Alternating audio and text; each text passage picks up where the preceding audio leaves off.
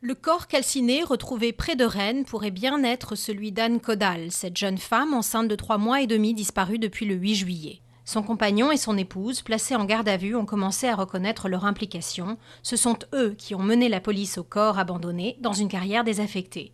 Pour l'heure, la piste d'un acte prémédité n'est pas privilégiée par les gendarmes.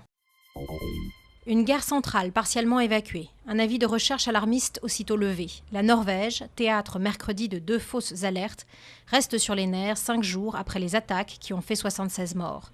Le Premier ministre s'est engagé à réévaluer les mesures de sécurité le moment venu et d'examiner toutes les expériences tirées de cette opération. Les algues vertes pointées du doigt après la découverte de 3 nouveaux cadavres de sangliers dans les Côtes-d'Armor. 28 autres ont déjà péri dans cette même zone depuis le début du mois de juillet. Des analyses sont toujours en cours.